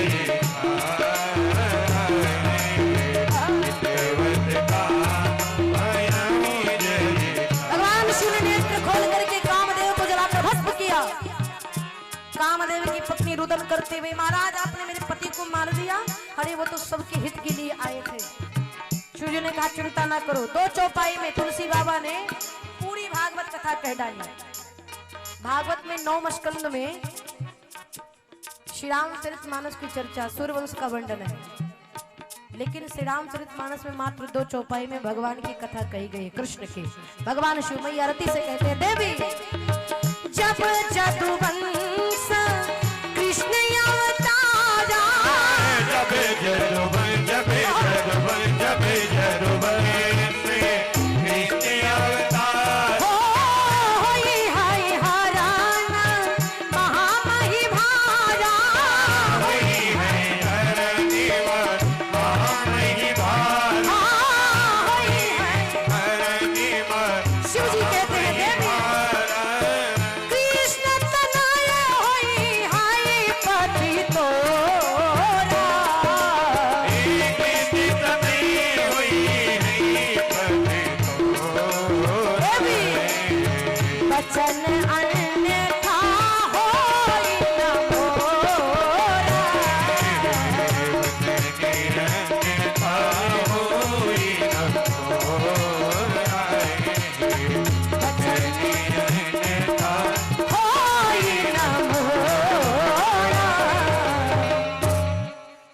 भगवान शिव ने कहा कृष्ण तनय होई है पति तोरा बचन अन्यथा हो ही न मोरा। भगवान शिव ने रति मैया को समझाया। आगे चल करके सारे देवता आए पृथक पृथक करके, हाँ पृथक पृथक करके भगवान शिव को प्रणाम किया। किसी ने कहा जब कामदेव ही नहीं रहे तो विवाह कैसे? भगवान शिव ने कहा मैं कामदेव की इच्छा से नहीं राम की इच्छा से विवाह कर रहा हूँ। वैशाख शुक्ल पक्ष पंचमी तिथि दिन गुरुवार सुंदर शुभ समय आया। मैया माता 2 मिनट बैठ जाओ, मत जाओ, प्रसाद लेकर के जाओ, 2 मिनट में कथा विश्राम। बैठो मैया, दूर नहीं जाना है, भिजवा दिया जाएगा, 4 चक्का से जाएंगी आप, चिंता ना करो। आहा, वैशाख शुक्ल पक्ष पंचमी तिथि दिन गुरुवार सुंदर समय निर्धारित भया कुमकुम पत्रिका छपाई गई। सारे देवता लगे सवारन सकल सुर वाहन विविध विमान होई सगुन मंगल सुबद करहि। सारे देवताओं ने तैयारी करी। देवता आगे आगे गए। भगवान शिव के गण सिंगे और वृंगे ने आकर के बाबा का श्रृंगार किया। भगवान शिव अपने गणों के साथ में आगे आगे देवता, पीछे पीछे भगवान शिव के गण। बारात हिमांचल नगरी में पहुंची। मैना जी आरती उतारने के लिए भगवान शिव का गई। भगवान शिव का रूप देख करके भयभीत हो गई। आरती की थाली छूट गई। नारद जी को लगी अच्छा अच्छा सुनाने। नारद जी ने आकर बताया विधाता के लेकर कोई मेट नहीं सकता। मैया मैनावती के प्रसन्नता के लिए मैया पार्वती ने निवेदन किया। भगवान शिव ने अपना सुंदर रूप धारण किया। रूप धारण करके जाकर के मंडप में विराजमान हुए और भगवान शिव मैया पार्वती का दिव्य पाणी ग्रहण संस्कार भया। सारे देवताओं ने मिलकर के भगवान शिव मैया पार्वती के सुंदर विवाह का दर्शन किया। आगे चल करके विवाह के उपरांत बाबा कहते हैं चरित सिंधु गिरजारमन वेद न पावहि पार बरनय तुलसीदास किम अतिमति मंद गंवार। बाबा कहते हैं शिव पार्वती का विवाह का चरित्र समुद्र के समान अथाह है। मैं गंवार भाषा मूढ़ व्यक्ति कितना वर्णन करूंगा। यहीं पर भगवान शिव मैया पार्वती के विवाह की चर्चा को विश्राम देते, वाणी को विश्राम दे। कल कथा का तृतीय दिवस, कल कथा की तृतीय आरती ले लो मैया सीताराम। कल कथा का तृतीय दिवस है। कल के दिवस में हम आप नारद बहु की चर्चा को श्रवणपान करेंगे। तारकासुर का वध होगा। साथ ही साथ में भगवान मर्यादा पुरुषोत्तम श्री राघवेंद्र सरकार के पावन जन्मोत्सव की चर्चा को हम आप श्रवणपान करेंगे। कल भगवान श्री राम का जन्म होगा। जैसा आप पिछले वर्ष जानते हैं कल भगवान का जन्म है तो सभी लोग पीला वस्त्र धारण करके आएंगे और भगवान के स्वागत में हम सब विराजमान होंगे। आइए चलते चलते प्रेम के साथ भाव के साथ आरती का दर्शन, जब तक आरती तैयार हो रही है तब तक चलते चलते 2 बार भाव से शिव जी का नाम गाले, तत्परांत आरती और प्रसाद लेते हुए राधे राधे बोलते हुए घर को जाना है। अरे भोलेनाथ से निराला, शंभुनाथ से निराला कोई और नहीं। भोलेनाथ से निराला, शंभुनाथ से निराला कोई और नहीं। भोलेनाथ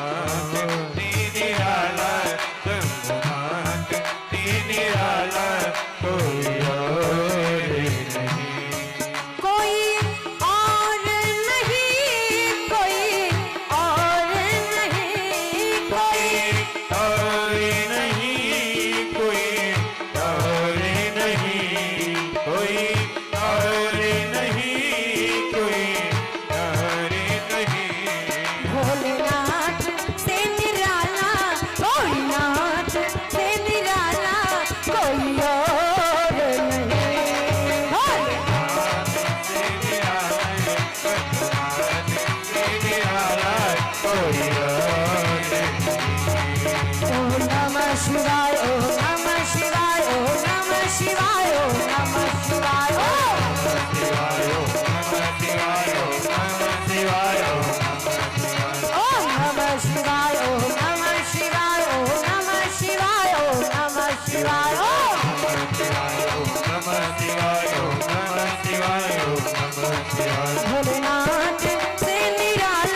शंभुनाथ से निराला कोई और नहीं।